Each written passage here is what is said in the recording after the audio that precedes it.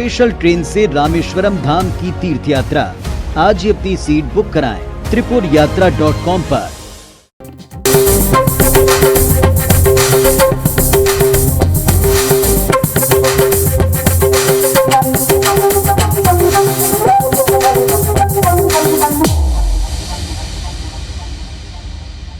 जय जोहार। लोक रंग की गुड़ी छत्तीसगढ़ के रंग में स्वागत है आप मन के। मैं हो आप मन के संग श्रवण तंबोली। तो एक बार फिर हाजिर हमन एक नवा पहुना के संग। और आज हमारे ये कार्यक्रम में हमार पहुना है छत्तीसगढ़ के प्रसिद्ध लोक गायिका अंजू मरकाम जी। अंजू जी बहुत स्वागत आप मन के हमारे कार्यक्रम छत्तीसगढ़ के रंग में। जय जोहार, जय छत्तीसगढ़। तो अंजू जी ने बहुत अकन गोट बात करबो और सुगर सुगर गीत वो मजे सुनबो। तो शुरू करते हैं हमारा आज के कार्यक्रम छत्तीसगढ़ के रंग। अंजू जी आप मन ले बहुत सुगर सुगर गीत अमन सुनबो संग भी गोट बात गलो करबो। सबले पहली मोर सवाल ये कि कैसे आप मन के गायकी की शुरुआत हुई, कबले गा था आप मन? मैं यहाँ बहुत छोटे रहा जब मोर आदरणीय धुराराम मरकाम जी मोर पापा है श्रीमती दुखियाबाई की लड़की हूँ मैं यहाँ।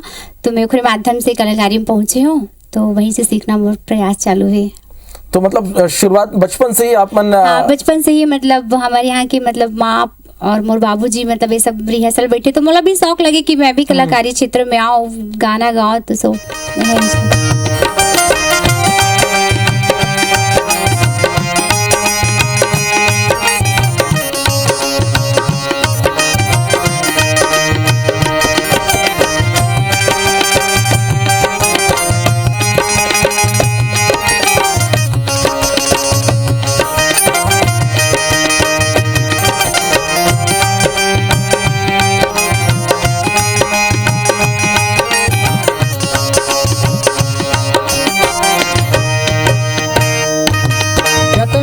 धरती के संगी जतन करो रे, जतन करो भूया के संगी जतन करो रे, जतन करो धरती के संगी जतन करो रे, जतन करो भूया के संगी जतन करो रे, मोरी जतन करो रे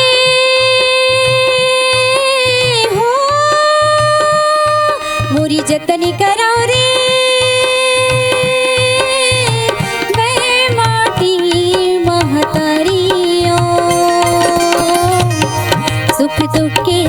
देवैया संगवारियों संगवारियों मोरी जतन करो रे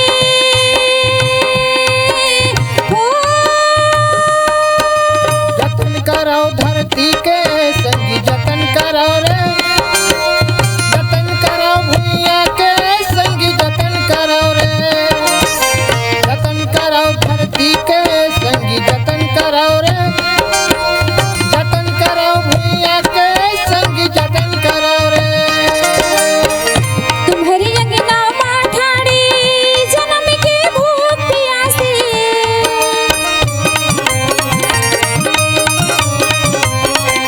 अपन तन के पसीना न दे दो मोर मन गद गद हासे,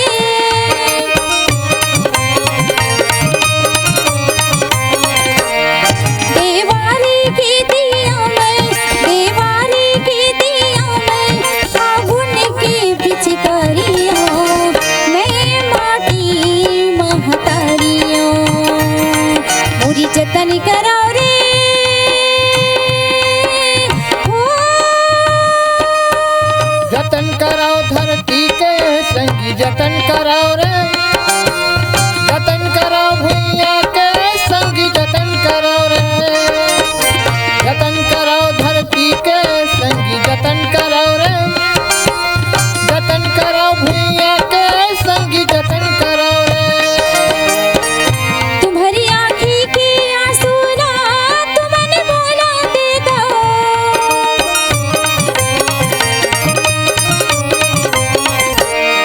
मोर होठ की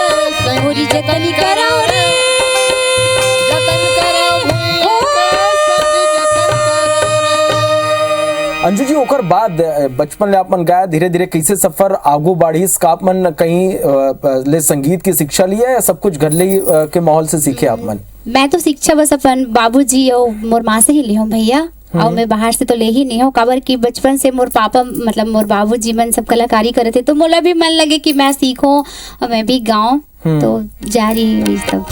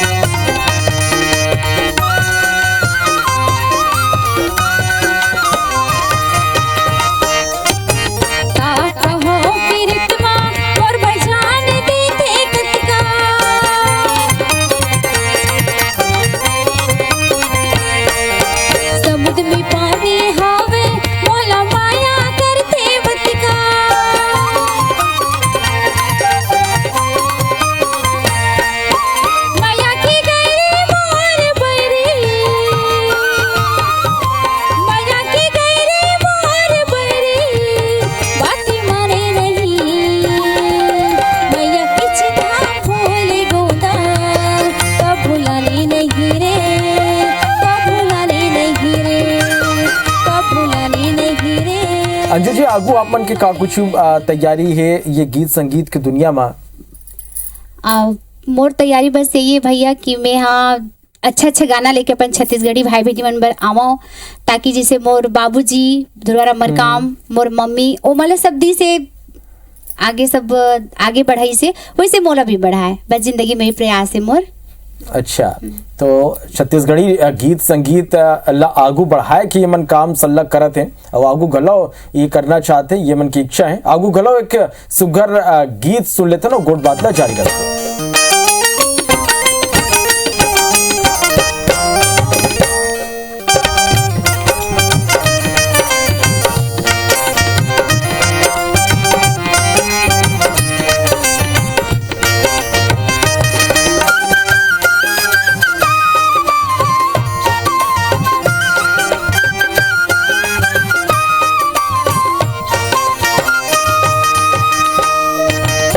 सावन की थड़ी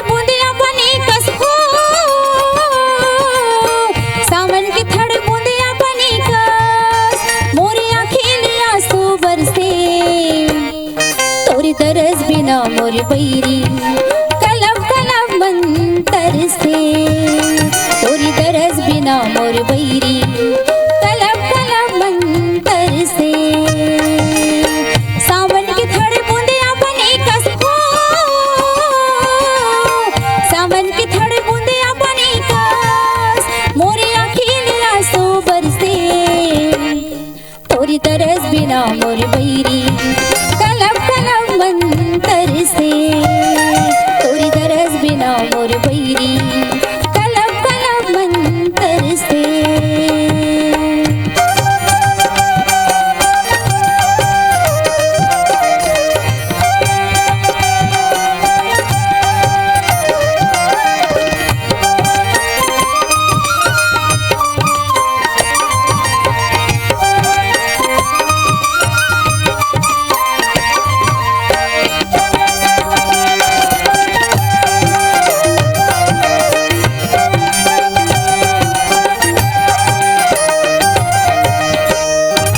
कोयली बिना यमरैया सुनना मूर्ति बिना मंदिर मूर्ति बिना मंदिर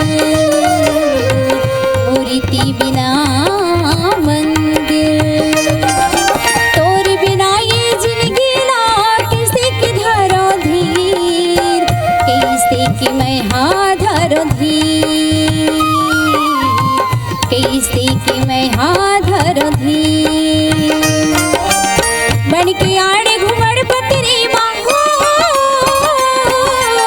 बन के आड़े घुमड़ पतरी माँ जग पीरा ले परसे तोरी तरस बिना मोर बैरी कलब कलब मंतर से तोरी तरस बिना मोर बैरी कलब कलब मंतर से।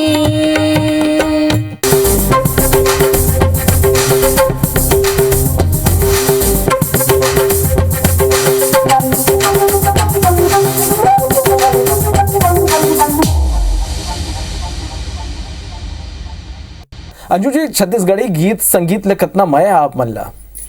मतलब तो छत्तीसगढ़ी गाना से इतना माया है भैया कि मैं बता नहीं सकूँ। मतलब बहुत ज़्यादा माया है काबर मैं छत्तीसगढ़ से मैं जुड़े हुए हूँ और छत्तीसगढ़ की खुशबू और माटी मतलब बहुत ही ज़्यादा प्यारा है। तो मैं बहुत छत्तीसगढ़ से मोर बहुत सी ज़्यादा जुड़े हूँ मैं यहाँ। बिल्कुल एक छत्तीसगढ़िया के सबले बड़े खूबी यही होते। आगू घलो अंजू जी ले हमन गोट बात करबो एक सुगर गीत सुन लेत हन।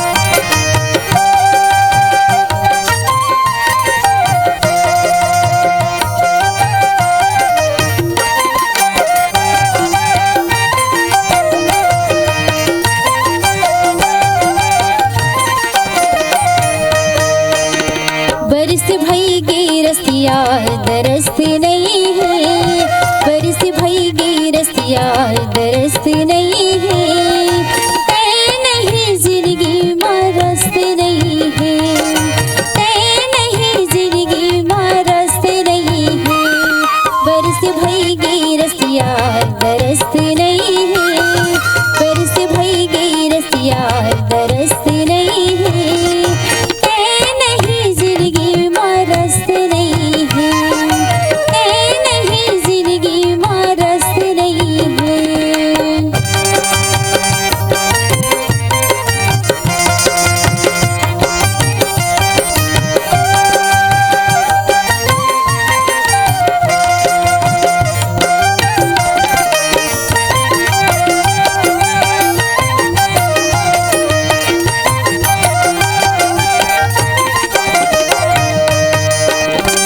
बरसे बर बरसे सावन में पानी बरसे बर बरसे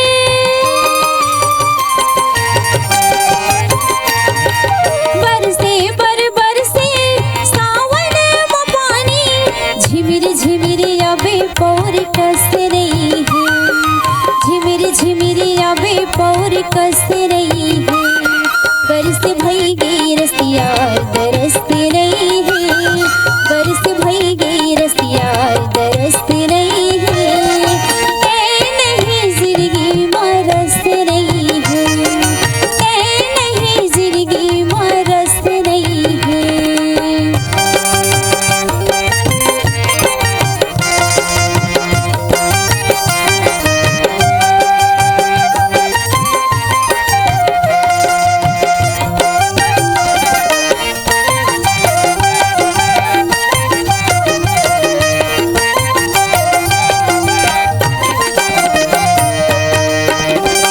रिसाय हवस मोर संग बोलस नहीं बैरी, रिसाय हवस मोर संग,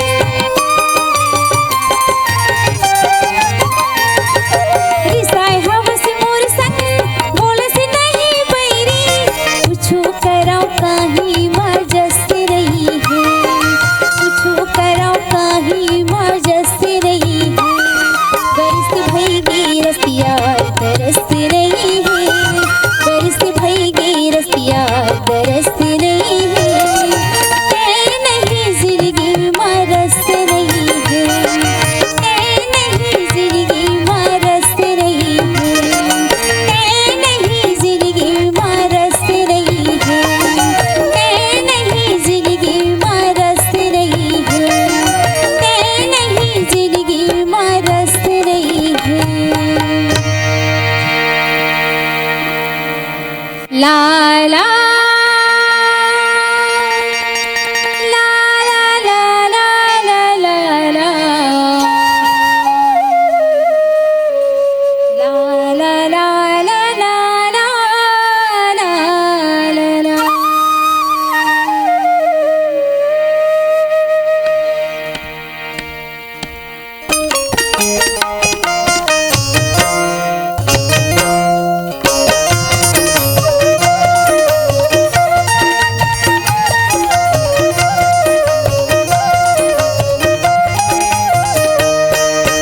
हाय रे परदेसी सुवारी मैं ना बोली रे आधी रात में, परदेसी सुवारी मैं ना बोली रे आधी रात में।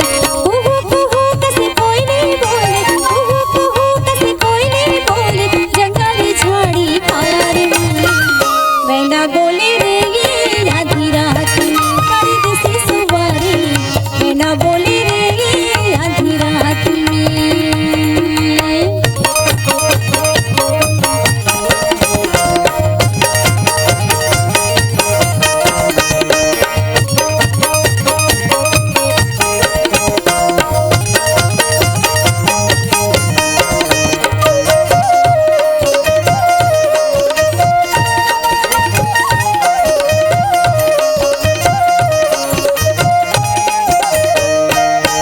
गिरी सुवा ते कहाँ उड़ा गे देखते हम मोरा, गिरी सुवा ते कहाँ उड़ा गे देखते हम मोरा, संगी जहुरिया मन पूछते मोरा कहाँ लुका गीते हाय, मैं ना बोले रे आधी रात में, परदेसी सुवारी मैं ना बोले रे आधी रात में।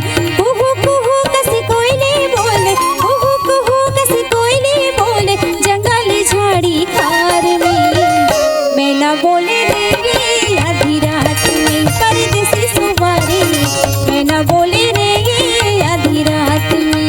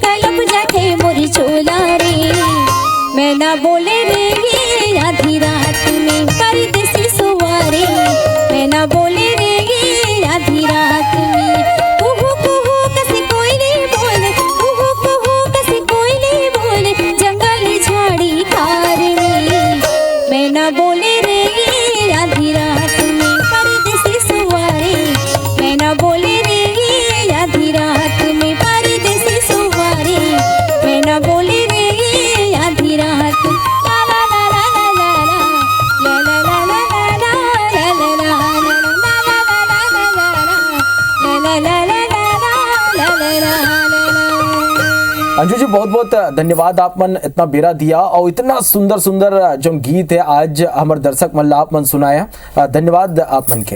धन्यवाद भैया, धन्यवाद। बस यही गुजारिश है मोर कि जैसे भी है मोर टूटे फूटे जो भी मैं गाँव हो, लेकिन मतलब बस यही प्रयास है कि हमारे छत्तीसगढ़ में अच्छा से अच्छा गायक गायिका आए और हर इंसान ला अच्छा से मस्त आगे तक पहुँचाए। ते कले बहुत बहुत धन्यवाद। जय जोहार, जय छत्तीसगढ़। बिल्कुल, हमारे कोशिश रही थे कि ऐसे कलाकार मतलब मंच थी वो बन के प्रतिभा ला लोगन तक पहुंचाएं। तो ये रही अंजू मरकाम जी जो मल्ले हमन सुगर गोट बात करें और बहुत सुंदर सुंदर गीत सुगर गीत वो मन सुनाई से। अगले हफ्ता एक नवा पौना के संग फिर आप मन से भेंट हुई। तब तक मुला द विदा और आप मन देखत रहो IBC 24। जय जोहार।